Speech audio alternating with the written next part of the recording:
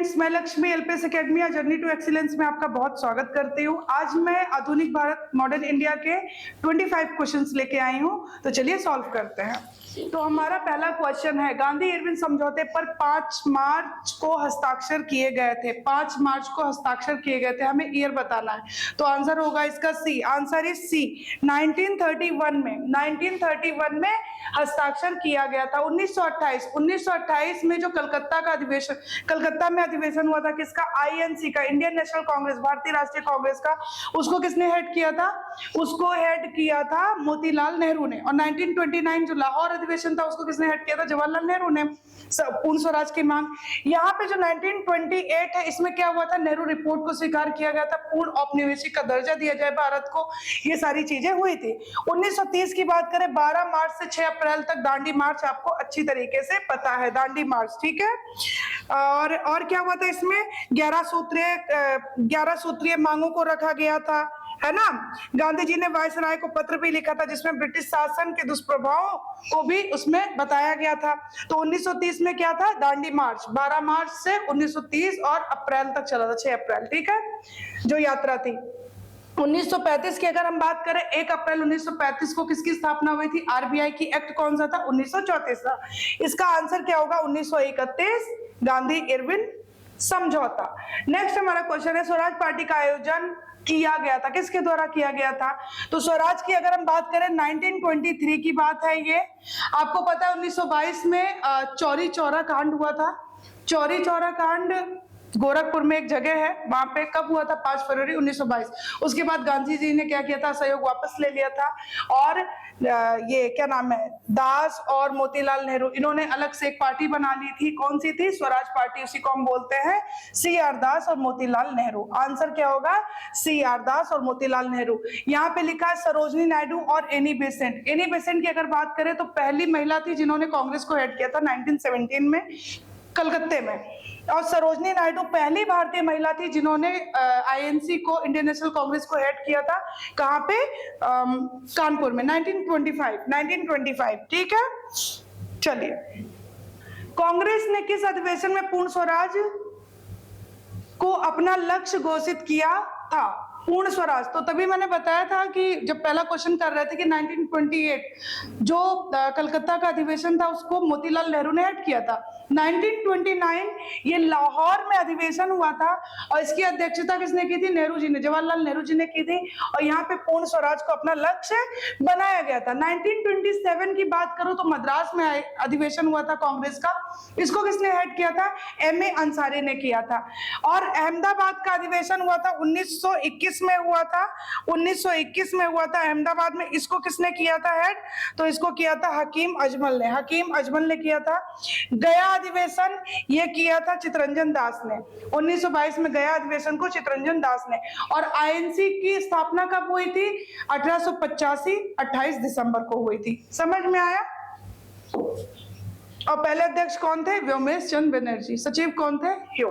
चलिए, स्वतंत्रता से पहले अनौपचारिक रूप से पहला स्वतंत्रता दिवस कब मनाया गया था? 26 जनवरी 1930 को। 26 जनवरी 1930 को। लंदन में पहला गोलमेज सम्मेलन आयोजित करने वाला ब्रिटिश प्रधानमंत्री कौन था? कौन था ब्रिटिश प्रधानमंत्री? Ramsay McDonald.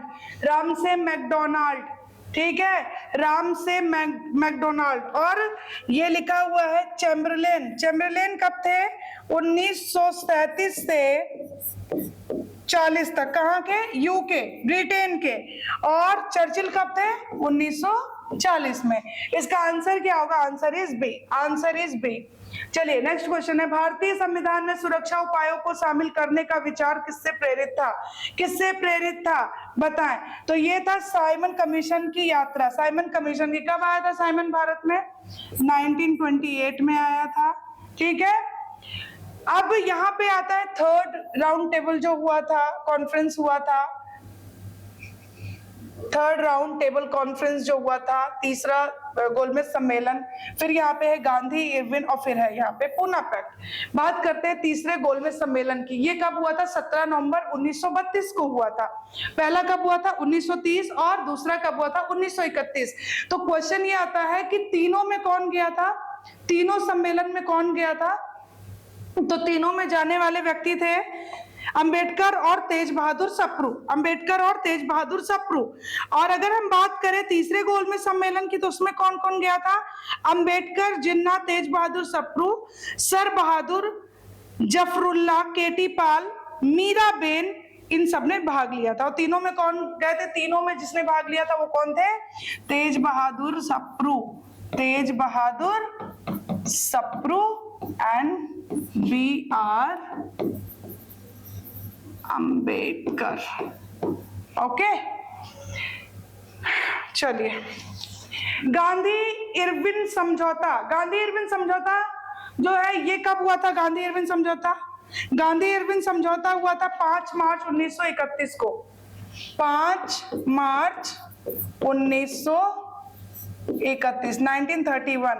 पूना पैक्ट कब हुआ था? 24 सितंबर 1932। किसके बीच हुआ था? गांधी और अंबेडकर के बीच हुआ था। ठीक है, फिर क्वेश्चन 1932 में अखिल भारतीय हरिजन समाज की स्थापना किसने की थी?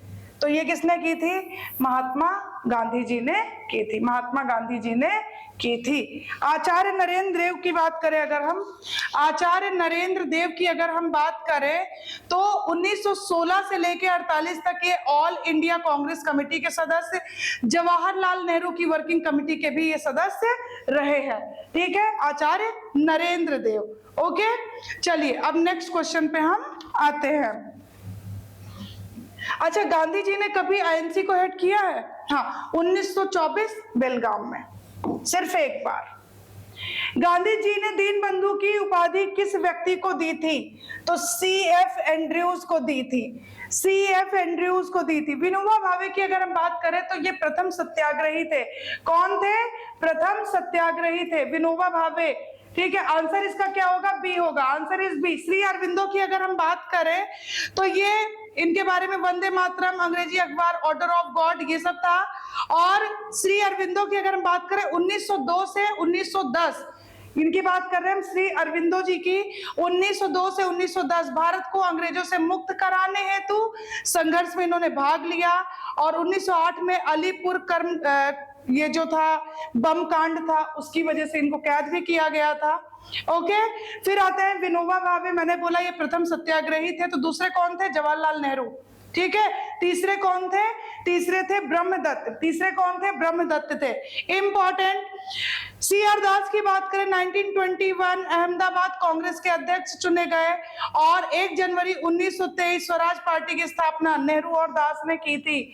नेहरू और दास, कौन से नेहरू थे उसमें? जवाहरलाल नेहरू नहीं, उसमें कौन से नेहरू थे? मोतीलाल नेहरू। तो इसका आंसर क्या होगा? CF Andrews, CF Andrews. इनकलाब जिंदाबाद का नारा किसने दिया था? इनकलाब जिंदाबाद का नारा किसने दिया था? भगत सिंह या फिर सुभाष चंद्र बोस या मोहम्मद इकबाल या चंद्रशेखर? तो इसका आंसर होगा Bhagat Singh. Answer is Bhagat Singh, answer is Bhagat Singh. Next question है, निम्नलिखित में से कौन सा एनी बेसेंट का समाचार पत्र था? कौन सा था? बताएं। The Hindu, Indian express, the times of India, new India, नव भारत, कौन सा था? बताएं, कौन सा था? नव भारत। आंसर इज नव भारत, आंसर इज नव भारत। अलीगढ़ मुस्लिम विश्वविद्यालय द्वारा स्थापित किया गया, किसके द्वारा? सैयद अहमद खान। बहुत ही इंटेलिजेंट थे ये, इनके बारे में जरूर पढ़िएगा आप। ठीक है, अबुल कलाम आजाद की बात करें 1923 में आईएनसी को हेड करने वाले सबसे युवा व्यक्ति थे। 1940 से 45 तक भी इन्होंने हेड किया था, सबसे ज्यादा बार इन्होंने ही किया था। चलिए नेक्स्ट क्वेश्चन है, किसने कहा कि भारत से लगातार धन की निकासी भारत की आर्थिक दुर्दशा के लिए जिम्मेदार थी? बताएं। बहुत ही आसान सा क्वेश्चन है और बहुत ही इंपॉर्टेंट क्वेश्चन है। किसने बोला था ये? किसने बोला था ये? नौरोजी का नाम नहीं याद आ रहा है। नौरोजी, दादा भाई नौरोजी, दादा भाई नौरोजी। 1921 में प्रांतों में लागू की गई द्वैध शासन व्यवस्था वर्ष लागू रही, कब तक लागू रही? 1921 में प्रांतों में लागू की गई, कब तक लागू रही? 1937 तक, 1937 तक। ठीक है, तो हमारा क्वेश्चन है होम रूल लीग की स्थापना किसके द्वारा हुई थी? होम रूल लीग की स्थापना किसके द्वारा हुई थी? तो होम रूल लीग कब आया था? 1916 में। तिलक और एनी बेसेंट का नाम पता होगा आपको, है ना? तो ये 1916 में आया। अब ये प्रथम विश्व युद्ध 1914 से 18 तक, बंगाल विभाजन 1905 और जलियांवाला बाग हत्याकांड 1919 13 अप्रैल, मार्ले मिंटो 1909। तो इसमें आपको आंसर साफ दिख रहा होगा, प्रथम विश्व युद्ध, प्रथम विश्व युद्ध। बंगाल विभाजन की अगर हम बात करें, बंगाल के विभाजन किसने घोषणा की थी? आपको पता है, लॉर्ड कर्जन ने। और इसको निरस्त कब कर दिया गया था? 1911 दिल्ली दरबार। और ये जो है जलियांवाला बाग हत्याकांड आपको पता है, किचलू और सत्यपाल मलिक की रिहाई के लिए लोग इकट्ठा थे वहां पे जलियांवाला बाग में। और मार्ले मिंटो आपको पता है, मुस्लिमों के लिए अलग से निर्वाचन की व्यवस्था की गई थी इसमें, ठीक है? तो इसका आंसर क्या होगा? Answer is A, first world war, ठीक है? और स्वदेशी आंदोलन का कलकत्ता टाउन हॉल 1905, कोई दिक्कत नहीं होनी चाहिए। अब एनी बेसेंट ने क्या किया था? लीग की स्थापना कहाँ की थी? मद्रास में। जॉर्ज अरुंडेल को सचिव बनाया। और तिलक ने कहाँ की थी लीग की स्थापना? पुणे में की थी। और मैं बताऊं 1905 में श्यामजी कृष्ण वर्मा द्वारा लंदन में इंडियन होम रूल सोसाइटी की स्थापना की गई थी। Important, Indian home rule society की स्थापना की गई थी।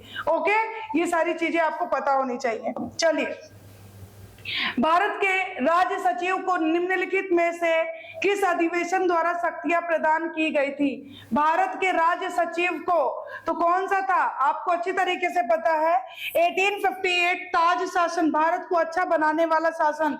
1857 में क्रांति होती है, उसके बाद यह सीधा महारानी के हाथ में, ब्रिटिश क्राउन के हाथ में चला जाता है, ठीक है? 1909 मार्ले मिंटो, 1919 मॉन्टेग्यू चेम्सफोर्ड, ठीक है?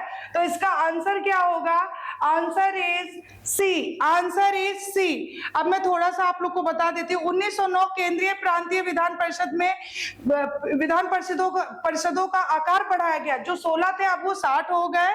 उसके बाद अगर हम बात करें इसकी मॉन्टेग्यू चेम्सफोर्ड की, तो अगस्त 1917 में घोषणा 21 में लागू हुआ था। केंद्रीय प्रांतीय विषयों की सूची को पहचान करके उन्हें अलग करना। अगली बात है 1858 ताज शासन, ईस्ट इंडिया कंपनी को समाप्त, सचिव पद का गठन किया गया। और अब ये जो गवर्नर जनरल थे ये सब हट के अब क्या आ गया? एक वायसराय। और पहले वायसराय कौन थे? लॉर्ड कैनिंग थे। और अंतिम गवर्नर जनरल कौन थे? कैनिंग थे। ओके, इतनी बात समझ में आई? गवर्नर क्षेत्र, गवर्नर राजस्व शक्ति ब्रिटिश राजशाही को हस्तांतरित कर दी गई थी। किसमें? 1858 का ताज शासन में, ताज शासन में। ओके, चलिए, गांधी जी द्वारा सत्याग्रह सभा का गठन कहाँ किया गया था? सत्याग्रह सभा का गठन कहाँ किया गया था? गांधी जी द्वारा सत्याग्रह सभा का गठन कहाँ किया गया था? तो इसका आंसर होगा बंबई में। इसका आंसर होगा बंबई में। Answer is A, answer is A. Gandhi ji ने 6 अप्रैल को रॉलेट एक्ट के विरोध में अखिल भारतीय हड़ताल का आह्वान किया था। तो यहाँ पे इसका आंसर क्या होगा? 1918, 1919, 1926 या फिर 1925? तो रॉलेट एक्ट जब भी आएगा तो ये आंसर होगा इसका 1919। Answer is B, 1919। काला कानून भी बोला गया था, बिना दलील, बिना अपील, बिना वकील जो है किसी को भी गिरफ्तार कर लेना, ठीक है? जलियांवाला बाग हत्याकांड की, जलियांवाला बाग की घटना की जांच समिति किसकी अध्यक्षता में की गई थी? किसकी अध्यक्षता में की गई थी? बताए, रंगरेज, इरविन, हंटर। तो ये आंसर होगा इसका हंटर, ठीक है? जलियांवाला बाग हुआ कब था? 13 अप्रैल 1919। खिलाफत आंदोलन किसके द्वारा आयोजित किया गया था? किसके द्वारा? अली ब्रदर्स। यहाँ पे लिखा ना अली ब्रदर्स, अली ब्रदर्स के द्वारा, ठीक है? अली ब्रदर्स के द्वारा। अब मैं कुछ थोड़ा बोलती हूँ, आप लोग सुनिए केवल ध्यान से। अली ब्रदर्स कौन थे? शौकत अली थे और कौन थे? मोहम्मद अली। तुर्की तुर्क खलीफा को पुनर्जीवित करना, तुर्क खलीफा को क्या करना, पुनर्जीवित करना। उसके बाद आता है मौलाना अबुल कलाम आजाद, आईएनसी को हेड किया था 1923 में, सबसे युवा यही थे आईएनसी को हेड करने वाले। 1940 और 45 के बीच भी इन्होंने कांग्रेस को हेड किया। ठीक है, ठीक है। तो ये अली ब्रदर्स कौन थे, शौकत और मोहम्मद अली, शौकत और मोहम्मद अली। जब साइमन कमीशन ने भारत का दौरा किया तो वायसराय थे, कौन थे viceroy, Lord Ripon, Lord reading, Lord Irwin या लॉर्ड जॉर्ज। तो साइमन आया कब था, 1928 में आया था। तो यहाँ पे आप इनके कार्य, अगर इनका काल पता है, टाइम पीरियड पता है, तो आप ये क्वेश्चन कर सकते हो। ठीक है, अब हम बात करते हैं लॉर्ड इरविन की। तो लॉर्ड इरविन का टाइमिंग क्या है, 1926 से 31, 1931। ठीक है, तो आंसर क्या होगा, कहीं जाने की जरूरत नहीं, लॉर्ड इरविन। अब यहाँ पे लॉर्ड रीडिंग देख लेते हैं। लॉर्ड रीडिंग 1921 से 26, 21 से 26, और 1880 से 84 लॉर्ड रिपन वर्नाकुलर एक्ट को समाप्त किए थे। लॉर्ड रिपन वर्नाकुलर एक्ट को समाप्त किए थे, कौन, लॉर्ड रिपन, लॉर्ड रिपन ने समाप्त किया था। ठीक है, थोड़ी सी चीजें और मैं बता देती हूँ। लॉर्ड इरविन, आईएनसी का जब लाहौर अधिवेशन भी हुआ था, क्यों, क्योंकि इनका कार्यकाल क्या है, 26 से 31 है। तो 1929 में जब लाहौर का अधिवेशन हुआ था तो कौन रहा होगा, यही थे लॉर्ड इरविन। ठीक है, वायसराय थे। समझ में आया कि नहीं। लॉर्ड रीडिंग की बात करें तो लॉर्ड रीडिंग का कार्यकाल आप देख रहे हो क्या है, 1921 से 26। अब यहाँ बीच में चौरी चौरा हुआ है कि नहीं, 1922 में, तो कौन रहा होगा, लॉर्ड रीडिंग। ठीक है, स्वराज पार्टी का गठन हुआ कौन था, रीडिंग, 1923 में हुआ था कि नहीं। तो चलिए इस तरीके से हमें क्वेश्चन सॉल्व करने चाहिए।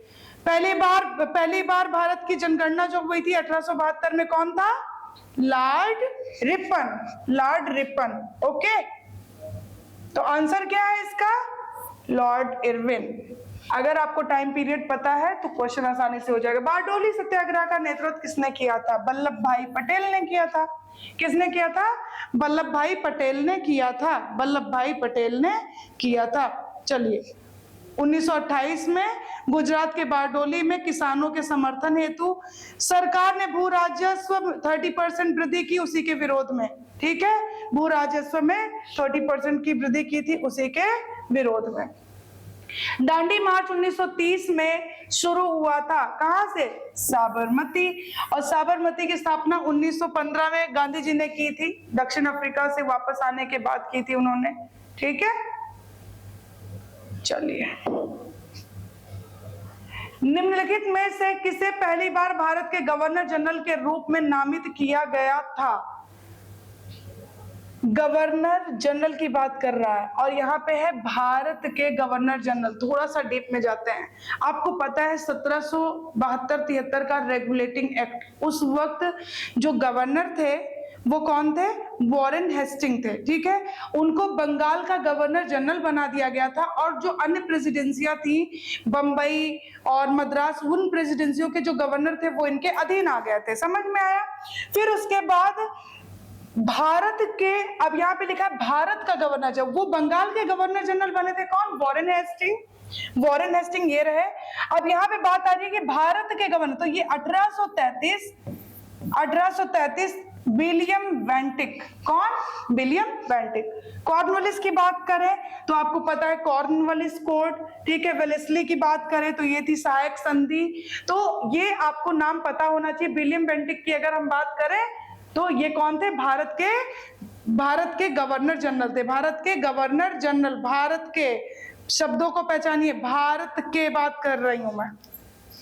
और अगर बंगाल का गवर्नर जनरल तो आप वॉरेन हेस्टिंग करते। ठीक है, विलियम बेंटिक की अगर मैं बात करूं 1833, और सभी नागरिक और सैन्य शक्तियां इन्हीं में अब निहित हो गई थी। कॉर्नवालिस कोड का निर्माण किया कॉर्नवालिस ने, इनका टाइम पीरियड था 1786 से 93, और फिर 1805, ठीक है। अच्छा, 1833 का जो एक्ट था, इसमें क्या हुआ, ध्यान से सुनिएगा। पहले, इससे पहले के जितने भी कानून थे वो नियामक, और नए जो कानून बने उन्हें अधिनियम या एक्ट बोला गया। वेलेस्ली की बात करें तो 1798 से 1805 तक वेलेस्ली थे। और इनकी और बात करूं तो सहायक संधि पद्धति इन्होंने शुरू की, वेलेस्ली ने। पहला सहायक संधि जिसने स्वीकार किया वो राज्य था Hyderabad, second is Mysore, third is Tanjore. तो ये सीक्वेंसिंग थी। 1798, फिर 1799, आपको पता है टीपू सुल्तान वगैरह जो थे मैसूर में, ठीक है। चलिए, अवध और लखनऊ में 1857 के विद्रोह का नेतृत्व किसके द्वारा किया गया? तो आपको पता है बेगम हजरत महल, ठीक है। आरोप किस पे लगा था? वाजिद अली शाह। वाजिद अली शाह कौन थे? नवाब थे, कि ये सही से अपना कार्य नहीं कर पा रहे हैं, इन पे कुशासन का आरोप लगा दिया गया था और लखनऊ का, अवध का अधिग्रहण कर लिया गया था, ठीक है। तो ये याद रखिएगा। ये जो बेगम जीनत महल आप देख रहे हो कौन थी? बहादुर शाह जफर द्वितीय जो थे, जो आखिरी सम्राट थे, आखिरी मुगल सम्राट थे। 1862 में उनकी डेथ हो गई थी, उन्हें रंगून भेज दिया गया था। उनकी धर्म पत्नी जी थी ये, ठीक है। तो ये थे हमारे 25 क्वेश्चंस। अगर आपको वीडियो अच्छी लगती है तो प्लीज लाइक और सब्सक्राइब करिए, हमें ज्यादा से ज्यादा सपोर्ट करिए और खूब खुश रहिए, खूब पढ़िए। Thank you so much.